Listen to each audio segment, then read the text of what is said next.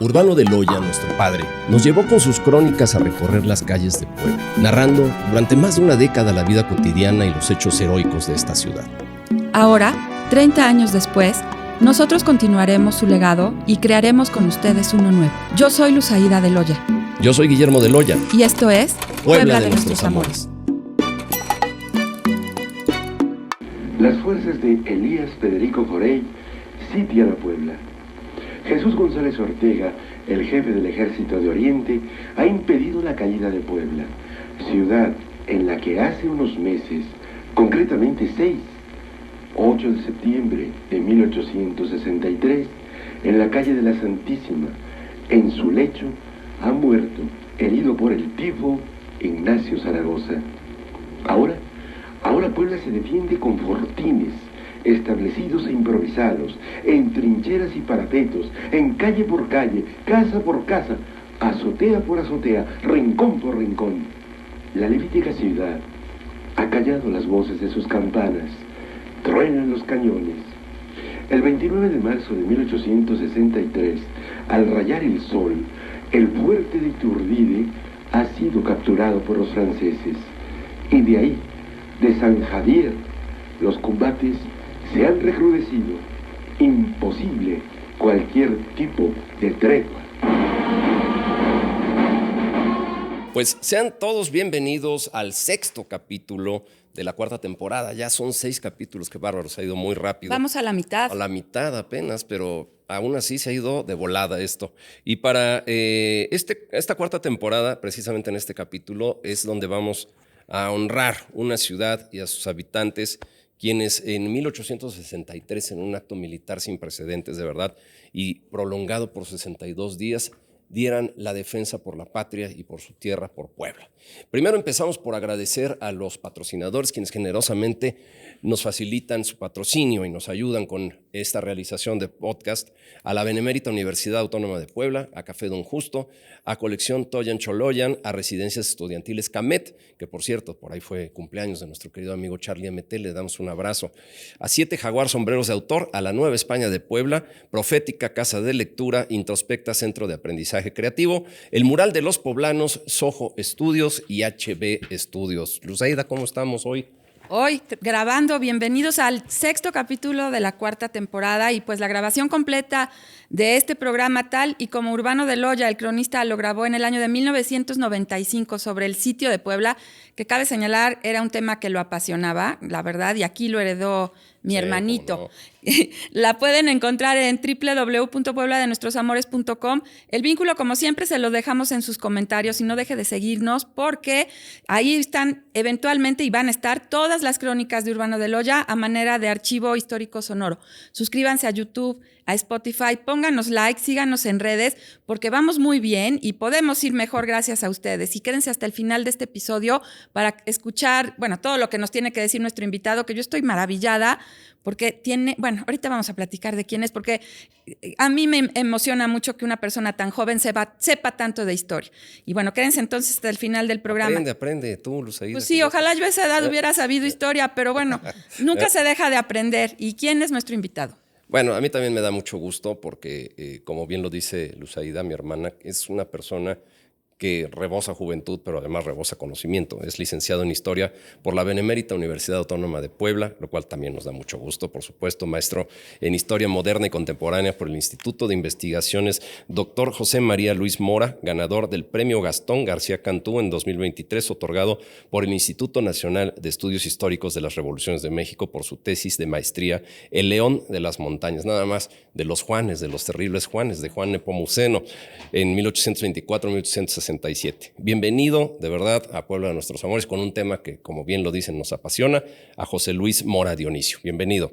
¿Qué tal, Aida? Guillermo, muy buenos días. Es gusto compartir con ustedes, platicarse un tema tan interesante como es el sitio de Puebla, porque es un evento que, a pesar de una derrota, también implica mucho reconocimiento, cuestión de orgullo y comprender la experiencia de una guerra tan complicada como se vivió en nuestro país allá en el siglo XIX. Y que con muchos recovecos, la verdad, porque creo que hay muchos espacios vacíos que todavía la historia no ha profundizado y quizá no ha hecho justicia del sitio de Puebla de 1863.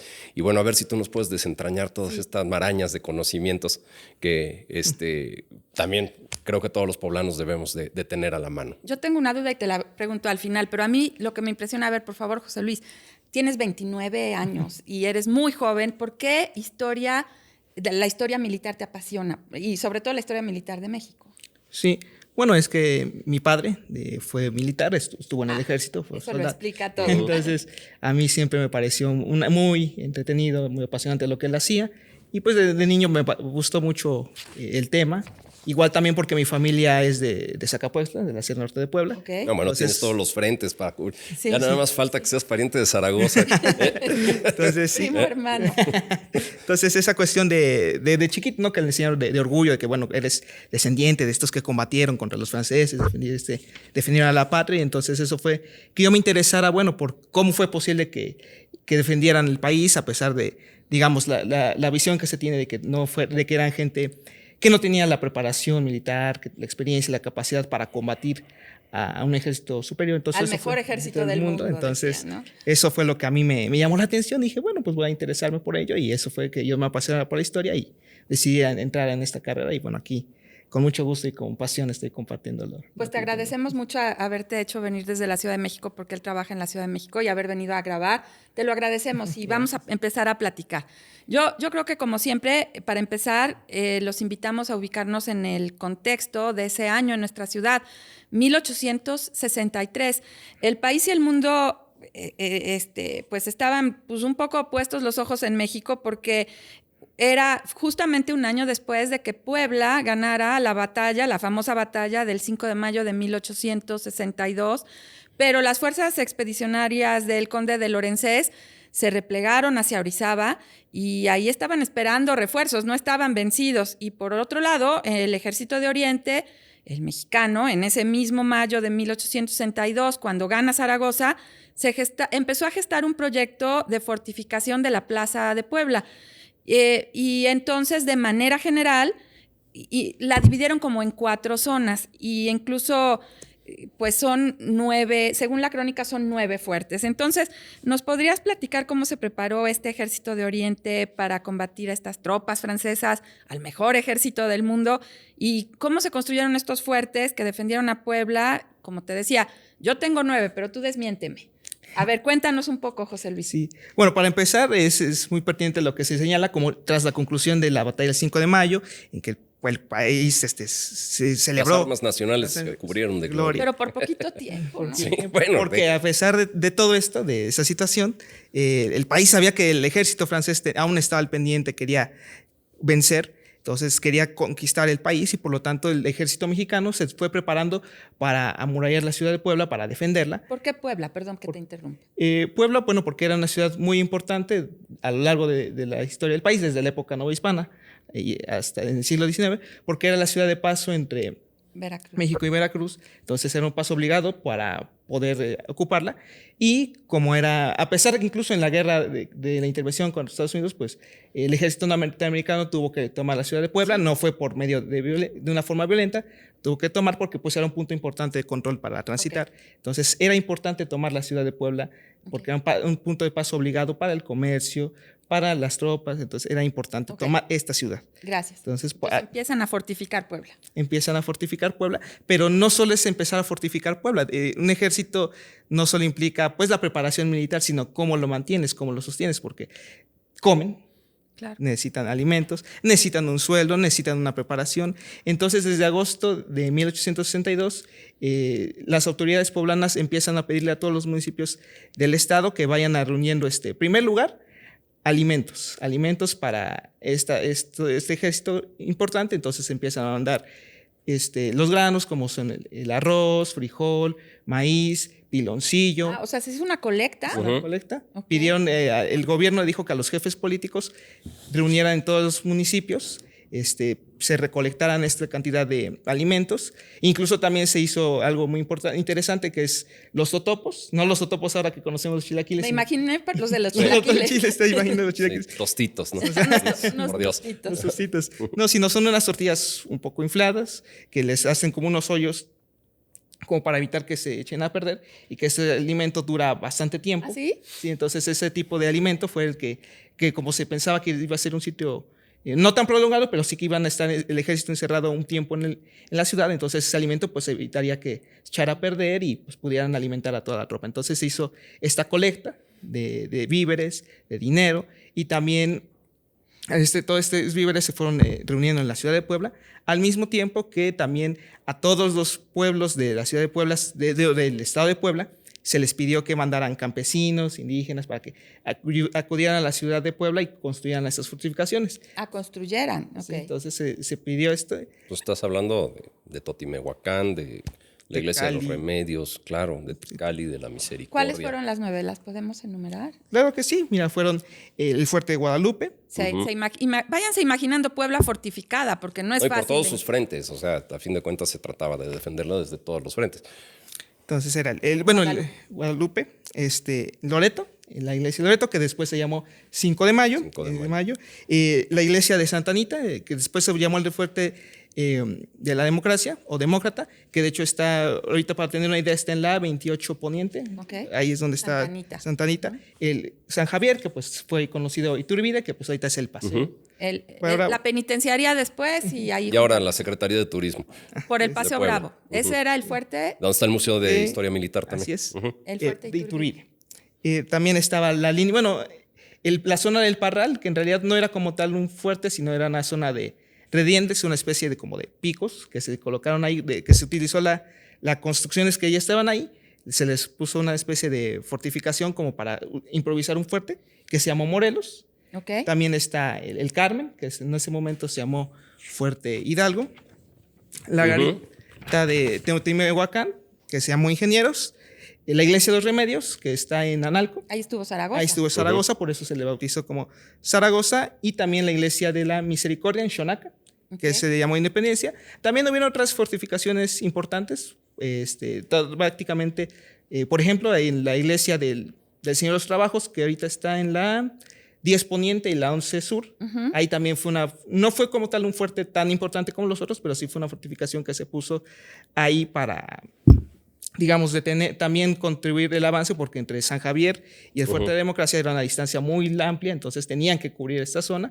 Y también en lo que ahorita toda esta calle de la 3 Sur, 3 Norte, también se construyó lo que es Santa Inés, San Agustín, toda esa zona también se fortificó, porque también estaban conscientes que era la zona más débil de la ciudad, y entonces tenían que protegerla en dado caso que no pudieran resistir el sitio, que como fue en el transcurso del combate. Oye, José Luis, estás hablando de un año en 1863 donde todavía teníamos en el rostro las heridas de una guerra fratricida, un México dividido, un México todavía violentado. Si bien es cierto, con la victoria y los laureles puestos sobre la cabeza por el 5 de mayo, pero también con un desánimo certero por la muerte de Zaragoza y por una cuestión de confrontación inevitable, que sentíamos que teníamos encima a un gigante que nos iba de alguna manera a asediar y a apabullar en las mentes más pesimistas. Y por eso también, además de esto, que materialmente se hizo a favor de la ciudad, militarmente fortificándose, se dispusieron también de las estrategias militares por el conocimiento de grandes generales juaristas.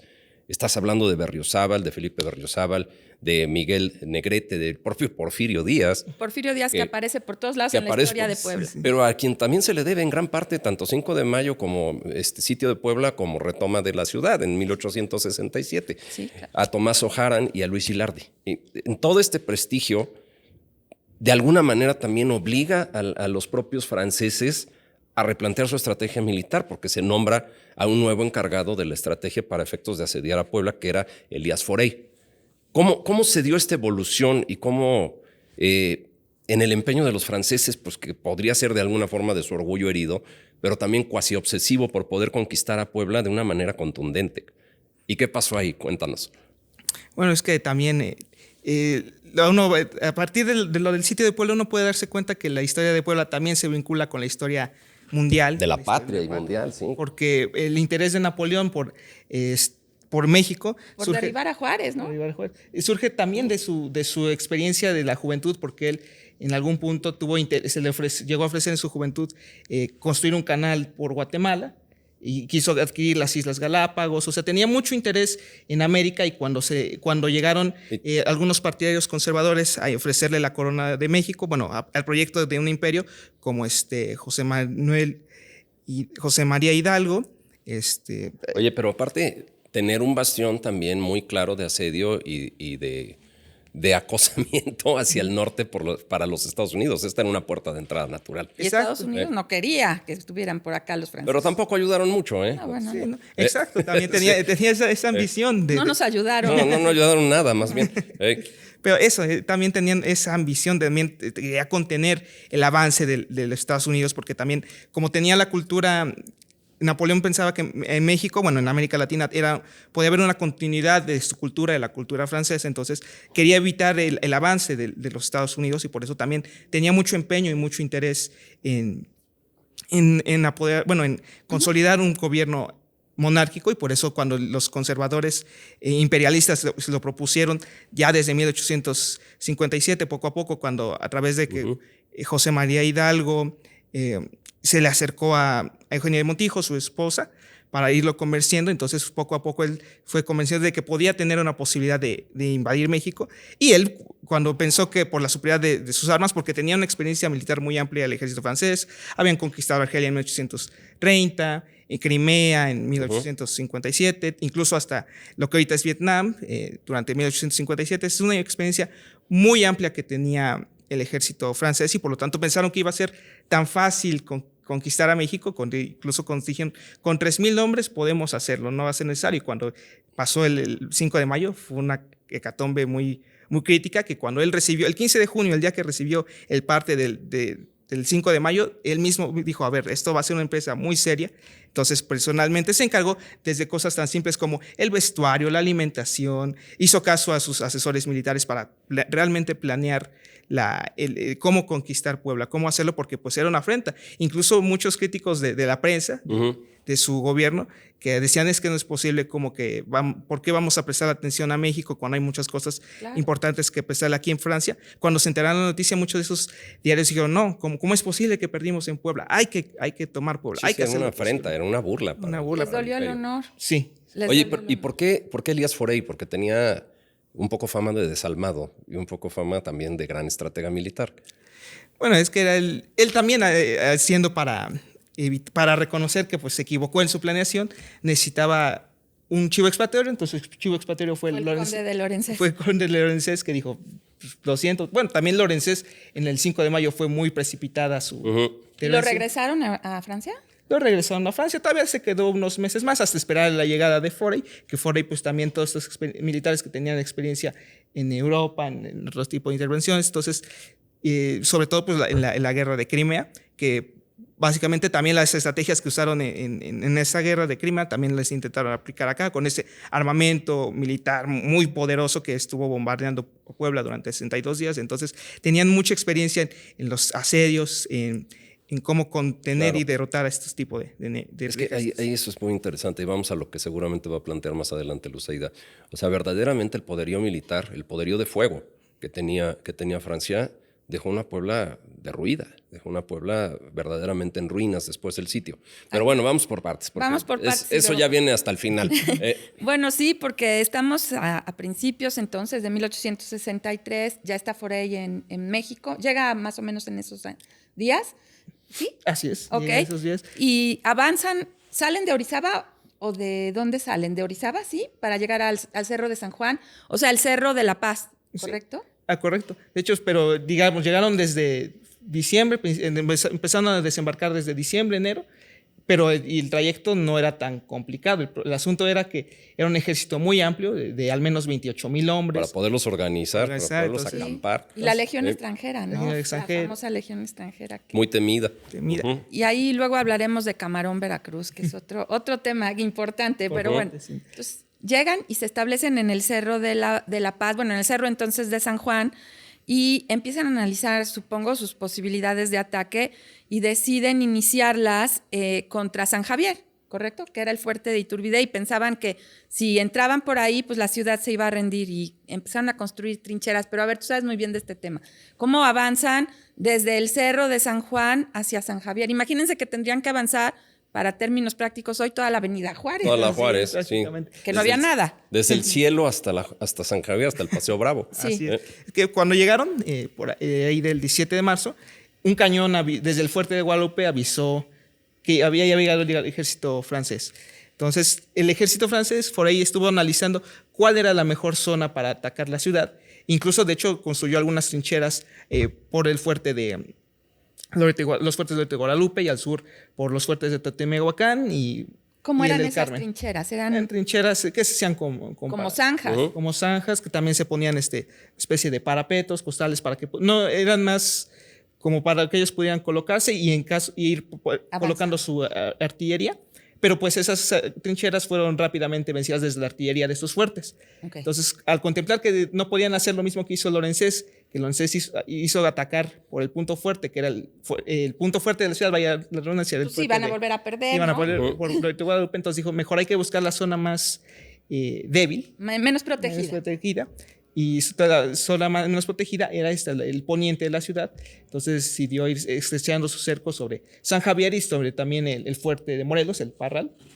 Okay, porque ahí era la Parral. zona donde podía ver que era más vulnerable la defensa mexicana. Y en su principio, pues sí fue muy vulnerable. Empezó su bombardeo desde el 24 de marzo y ahí las tropas que estaban ahí, que eran las tropas de los batallones de Zacatecas y Guanajuato, estuvieron resistiendo 5 días en un intenso bombardeo. Porque no hemos hablado, digo, no se ha mencionado aquí, creo que no se le ha hecho justicia al general Jesús González Ortega, que era el gran estratega zacatecano al frente, digamos, de la estrategia militar también, en la parte, digamos,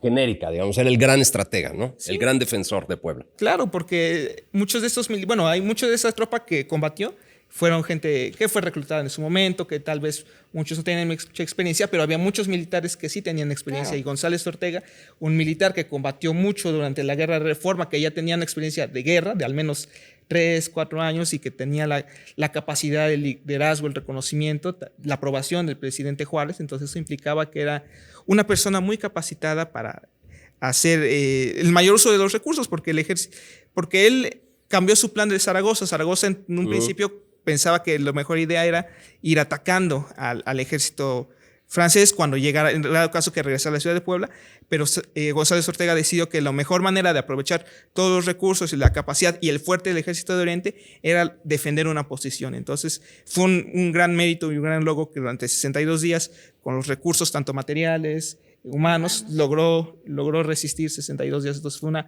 estrategia muy valiente y muy cuestionada y polémica, porque bueno, es algo que también ahorita vamos a ir. Sí, bueno, y es que, como bien dices, a finales de marzo de 1863 empiezan a avanzar sobre San Javier, ya habían avanzado, sobre San Javier, y lanzan un ataque que fue decisivo, ¿no? Y hay muchas imágenes ya de esos días. Cae el día 27, de hecho, es cuando cae San Javier, ¿no? Ajá. O bueno, por ahí, finales de marzo. Finales de marzo para no pelearnos, pero hay muchas imágenes de ese ataque a San Javier y de la toma de lo que hoy lo que era la penitenciaria después, pero ¿nos podrías describir cuál era el sentir de los poblanos? Porque eso es a mí algo que me impresiona, porque yo toda mi vida he vivido en Puebla y no me puedo imaginar que de repente me entere que tengo que juntar víveres para un ejército que va a estar en mi ciudad, porque quién sabe qué nos va a pasar, que mi ciudad está sitiada, que no puedo salir, que no puedo conseguir fácilmente comida, que no puedo estar solos por la calle. Entonces, ¿cuál era el sentir de estos poblanos que vivían aquí al ver que su ciudad pues empieza a destruirse, ¿no? Porque pues ahí muy cerca de San Javier está el Paseo Nuevo, que en ese tiempo, hoy Paseo Bravo, entonces Paseo Nuevo, se acaba de inaugurar. 1840, con gran bombo y platillo, diciendo que era el jardín más hermoso de la ciudad, que no lo dudo en ese momento.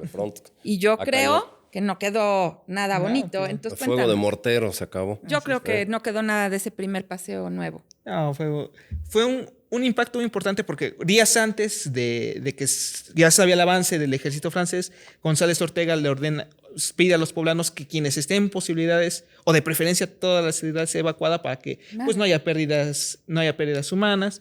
Entonces él considera que lo mejor es que la gente se vaya, y hay muchos que en sus posibilidades pueden irse de la ciudad. Entonces se van a refugiar a Cholula, Atlisco, a Tlaxcala. Y entonces al principio del sitio de Puebla habían 75,000 habitantes.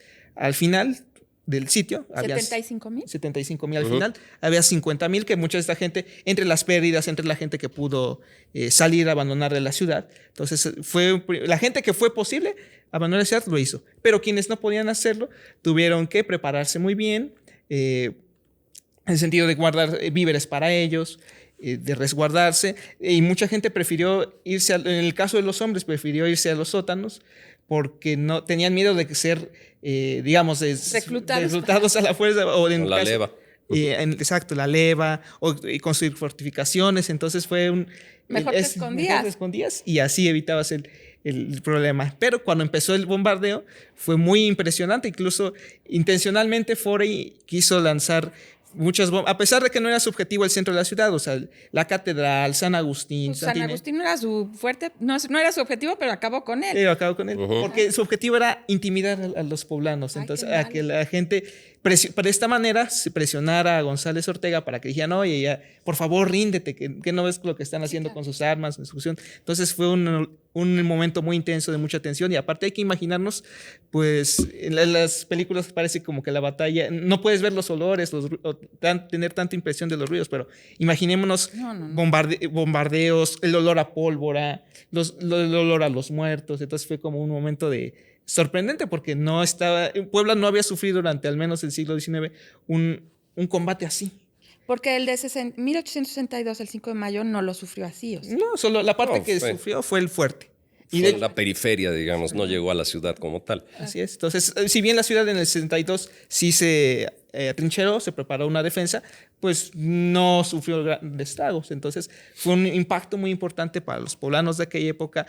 El ruido, los olores, el bombardeo, ver cómo las bombas pasaban por encima de ellos. Entonces, fue un miedo muy impresionante para ellos. Pero ahí es donde se polemiza, porque mucho se habla también, y la verdad yo discrepo con algunos autores, en que esa parte, digamos, de división entre conservadores y liberales también propició que gran parte de la sociedad poblana se volcara o se postrara, digamos, ante las tropas francesas, dándoles ayuda, dándoles víveres, dándoles alojo inclusive, pero también se habla, en contraprestación, de una Puebla alzada, erguida en el pecho por la patria, por el ánimo patriótico, que se atrincheró en las casas y que se atrincheró en las azoteas, y a manera de, digamos, con los recursos que se tenían al alcance, con piedras, con ladrillos y lo que se podía, combatieron a los franceses a su manera y resistieron el embate y el miedo y el terror y el pánico de una guerra, porque a fin de cuentas eso era una guerra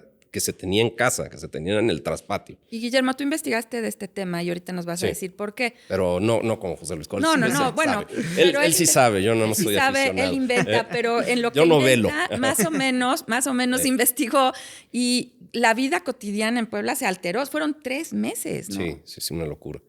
Era convivir entre, como tú bien lo dices, entre olores, entre muerte, entre escombros, y pues todo eso obligó incluso a muchas familias a incorporarse en una gran familia, en una gran masa de familias, que era cuando se iban juntando poco a poco, digamos, de las manzanas de las casas se hacían 2 casas, 4 casas juntas en una sola.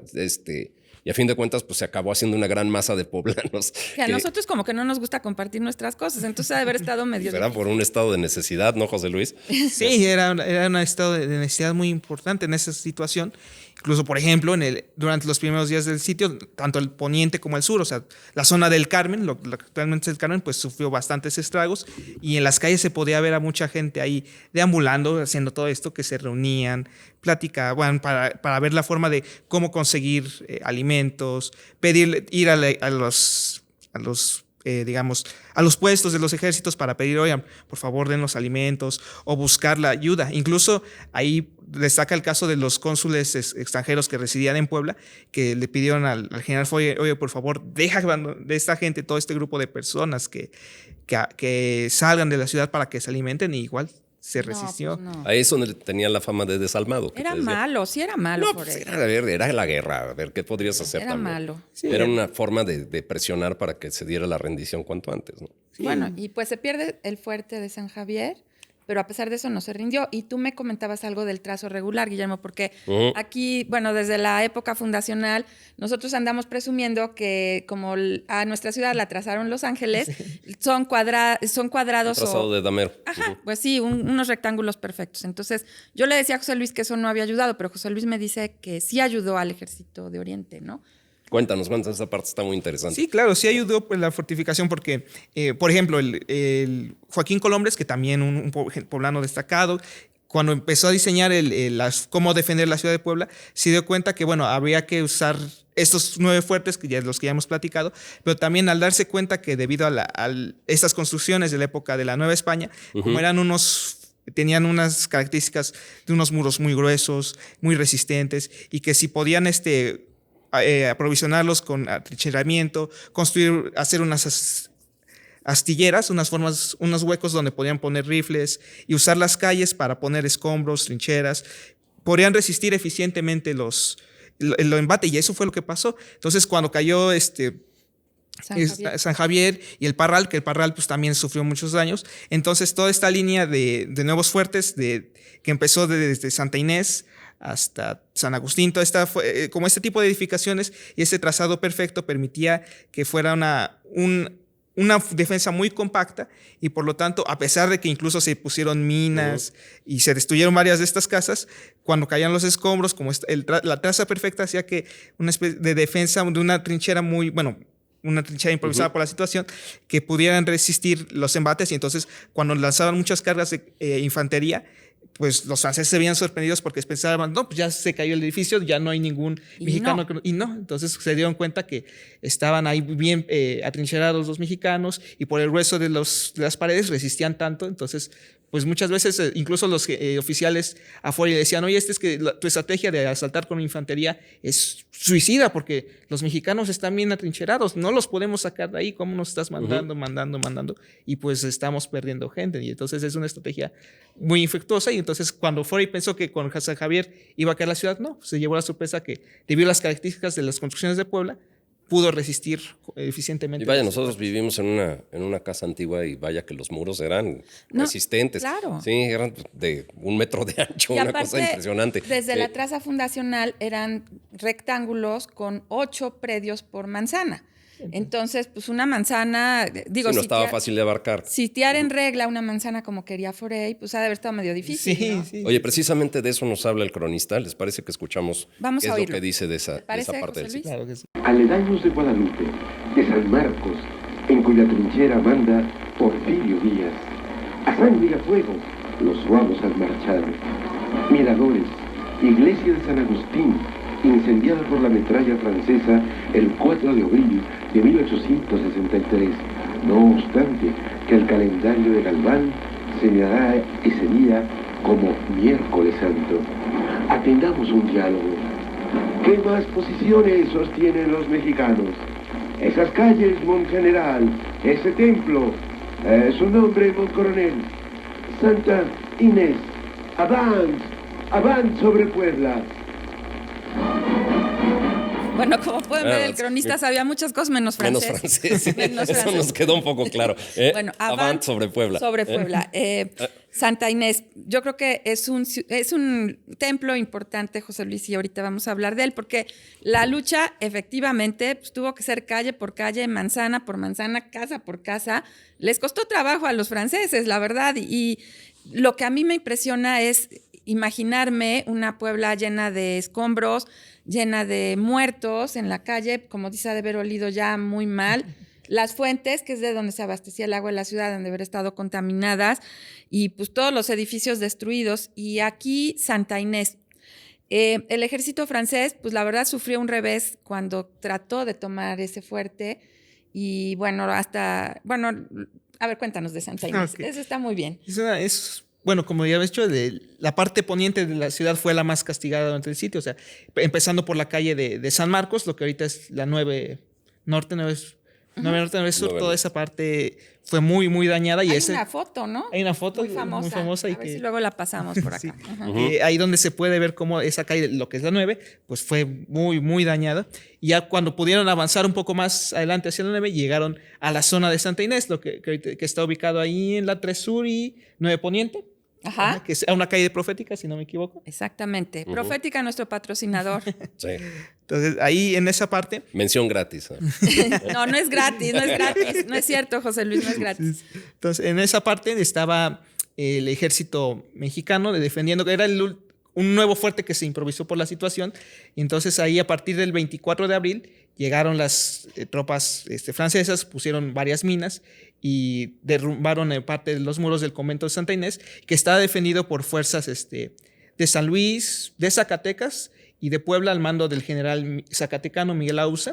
Okay. Y también destacaba ahí el papel del general Juan Ramírez, también un general poblano que también contribuyó, que formación militar también, que él también contribuyó a la defensa de este punto. Y varios zacatecanos, ¿no? Por acá. Sí, sí, de hecho, ahí en el parque de Santa Inés, ahí hay una placa que dice Parque Miguel Auza, como reconociendo el líder que resistió, porque González Ortega le dio, mira, la orden de aquí es muy clara, defiende la posición a muerte. No hay otra opción, tienes que... Como si hubiera otra. No hay otra.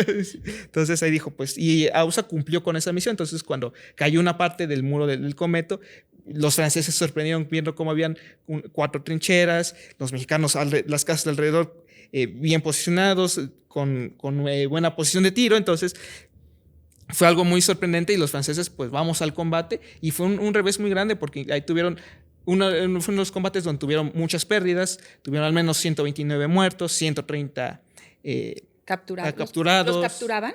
Los capturaban, sí, el ejército mexicano los capturaba, pero en algún punto fue complejo para ellos mantenerlos porque les costaba más caro. Entonces era difícil. Entonces fueron muchos heridos en ese momento y fue un combate que duró del 24 al 25 de abril, el cual el ejército francés se dio cuenta que la estrategia de ir manzana por manzana, de ir mandar a la infantería era prácticamente desgastante para ellos y dijeron, mejor no, ya entendimos que esta estrategia no funciona y que los mexicanos van muy, muy bien defendidos, en serio, con mucho valor, y entonces mejor decidieron seguir bombardeando la ciudad de Puebla. Digo, ya se estaba acabando las municiones, pero pues les mandaron más material de guerra, entonces pudieron seguir bombardeando la ciudad durante todo este periodo. Entonces, casi se acababa el sitio para esa batalla. Para esa batalla, sí, era un momento muy difícil porque también incluso dentro del propio bando mexicano estaban pensando, pues se nos está acabando el alimento, las municiones. La tropa se está desmoralizando, entonces es difícil. ¿Y ahora qué hacemos? ¿No?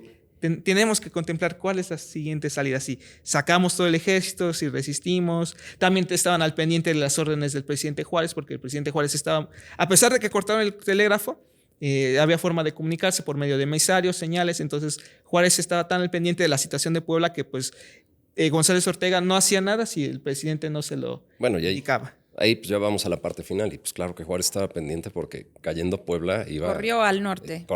Fue donde empieza... pero vamos por partes. A ver, un sitio de 62 días, José Luis, o sea, desde el 16 de marzo al 17 de mayo de 1862.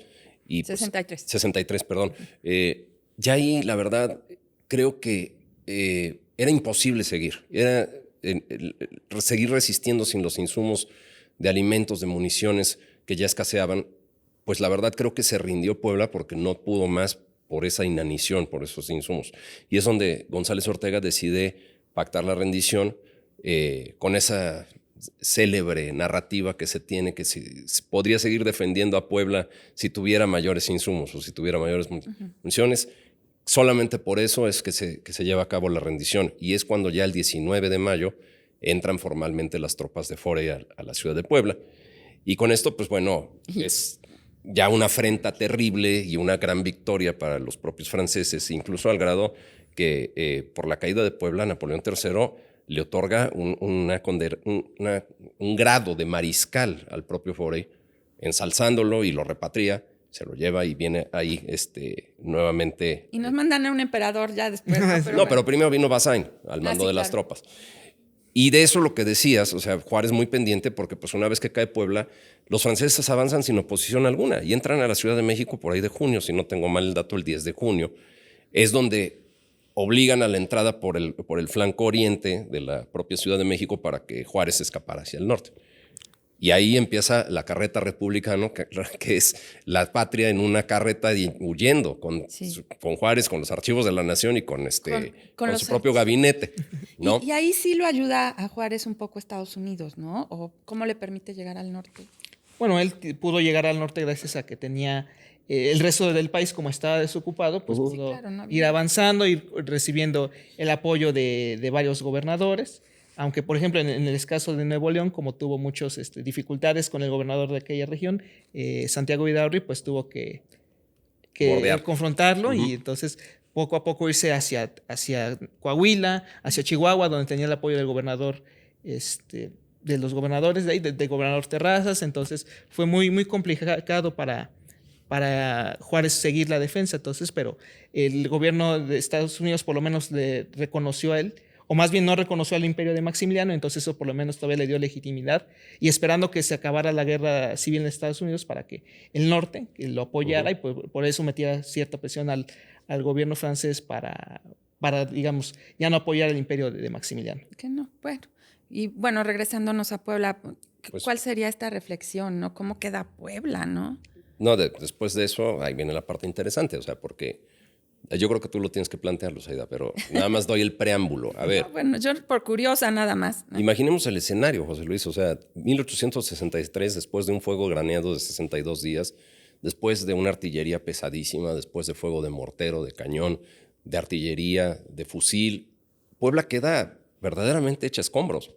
En muchos casos, incluso los camposantos decían que eran escenas grotescas donde habían por los cañones brotado los muertos y pedazos de muerto por todas partes. Madre, y más los muertos de afuera. Más los muertos de afuera. Bueno, que ahí dicen que ante la inanición, además de que se desaparecieron todos los animales urbanos, perros, gatos y demás, ya se imaginarán el destino. Pobre. Se empezó a hacer medio popular el tamal de francés, pero...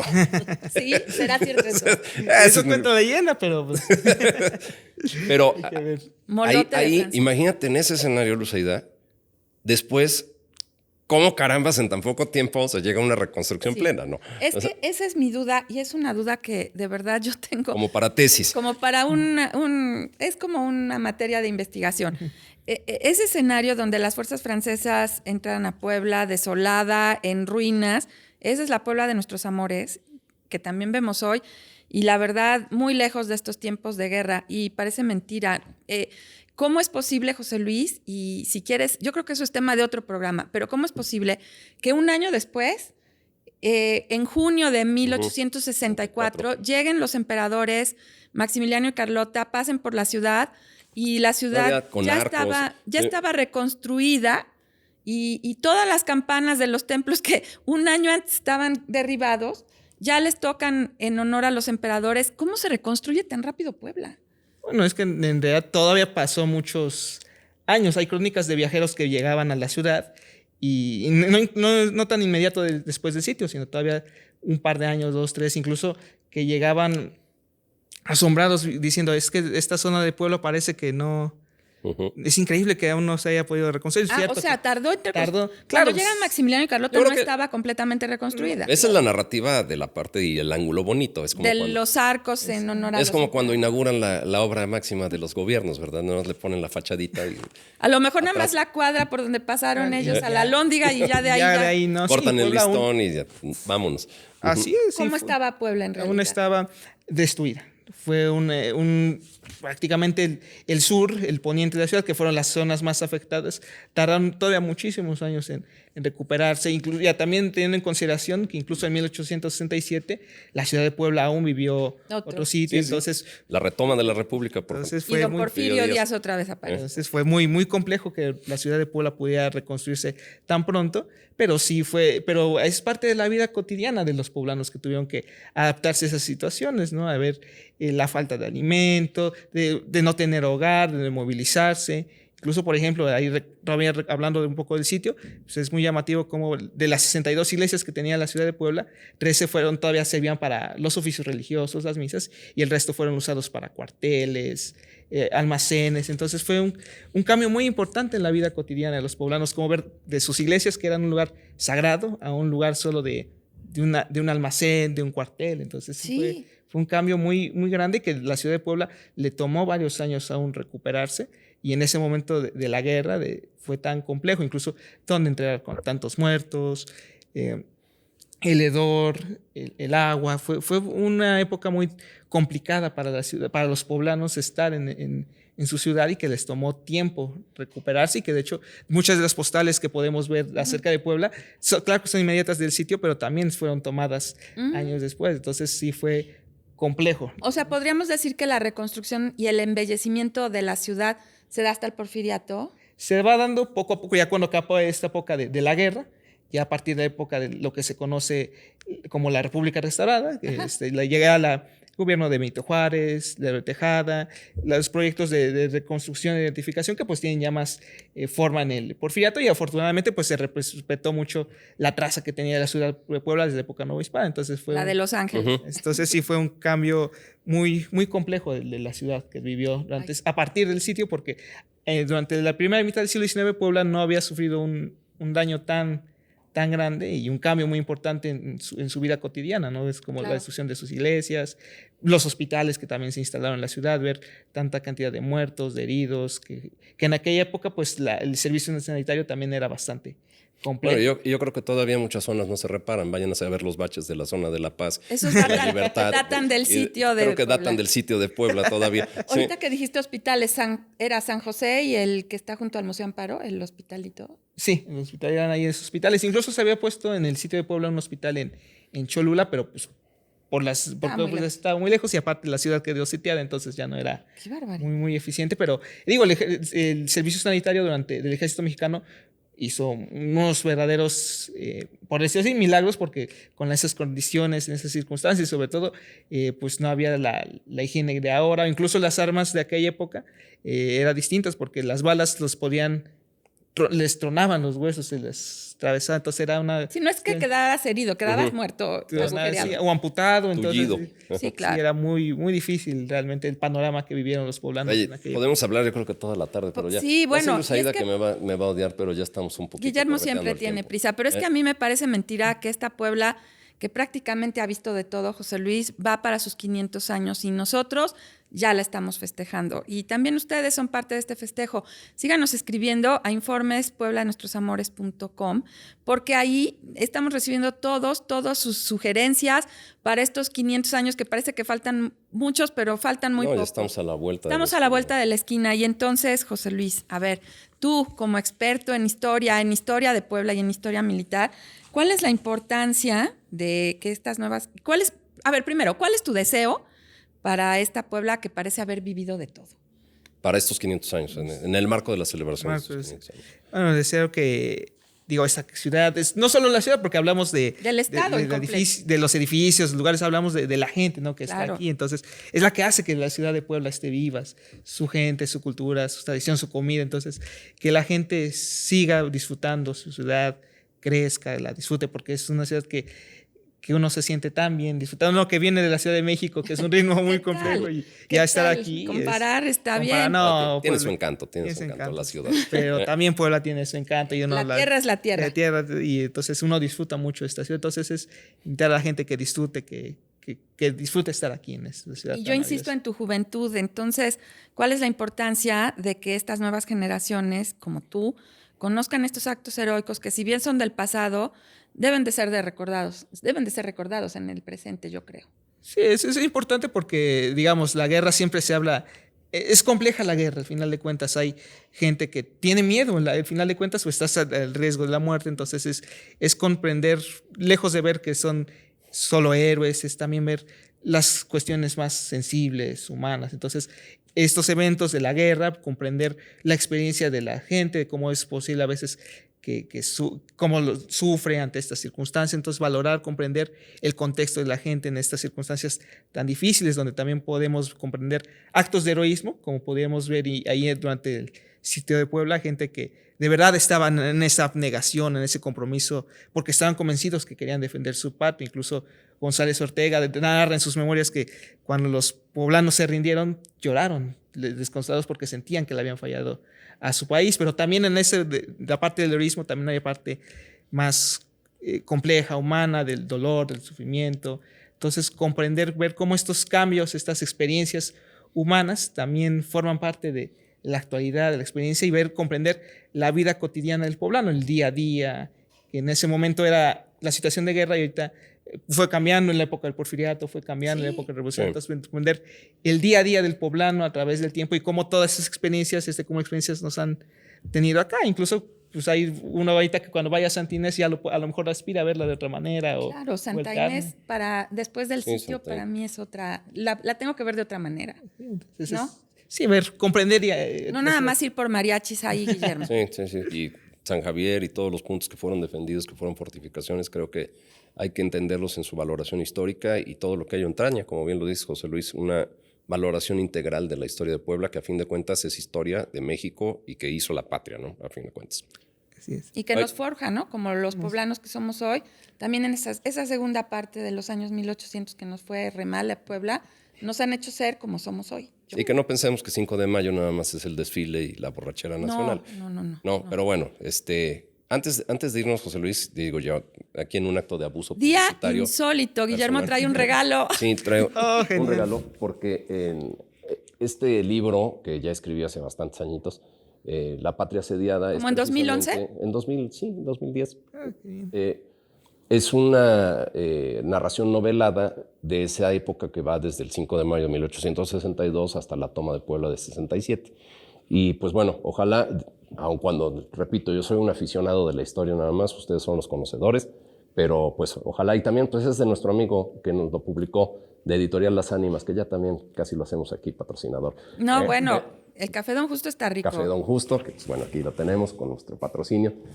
Pero ojalá le eches una ojeada y pues bueno, todos los aciertos son atribuibles al autor, a Guillermo de Loya, y todos los desaciertos históricos al general Urbano Saucedo, que es el principal protagonista. Oye, de esto. ¿Y dónde podemos conseguir el libro de La Patria Asediada? Todavía está en Amazon. Si gustan, ahí lo podemos comprar, tanto en versión electrónica como en versión física. Una nueva edición, a lo mejor nuestro patrocinador. No, ya esta es la segunda edición.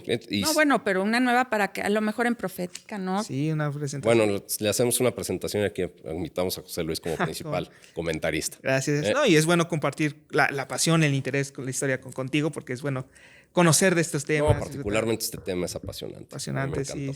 Oye, José Luis, pues ha sido increíble tenerte aquí. De verdad, yo sigo admirando tu juventud, tu interés por la historia, tu compromiso, y te agradecemos infinitamente porque Puebla de Nuestros Amores se engalana con invitados como tú. De verdad, muchas gracias, de verdad. Y no nos vamos sin darle las gracias a nuestros patrocinadores, no creas que se nos olvidó, pero antes los invitamos a que nos visiten en nuestra página puebladenuestrosamores.com, en donde podrán encontrar esta narración del cronista de Urbano de Loya, tal y cual la grabó en 1995.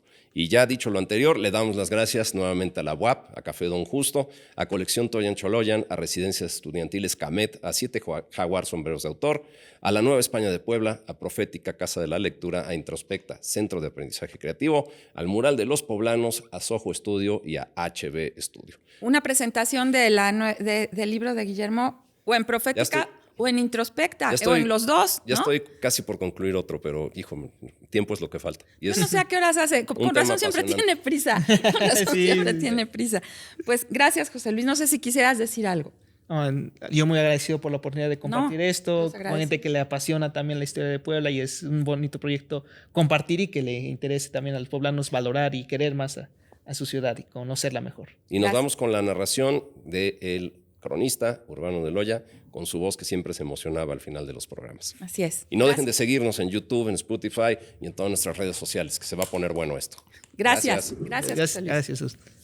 Dejemos a Puebla con su panorama de paredes vestidas de agujeros de metralla, calles sin baldosas, sucias, ensangrentadas, cubiertas de metralla, desperdicios, fétidas y apestosas, hogueras extinguiéndose, pedazos de azulejos y de vigas, luminarias, barrotes y cornisas arrancadas, basura, cáscaras, hedores, fragmentos de artillería, entretechos destruidos en donde macabramente surgían piernas, brazos y cuerpos triturados. Ese era el paisaje de Puebla.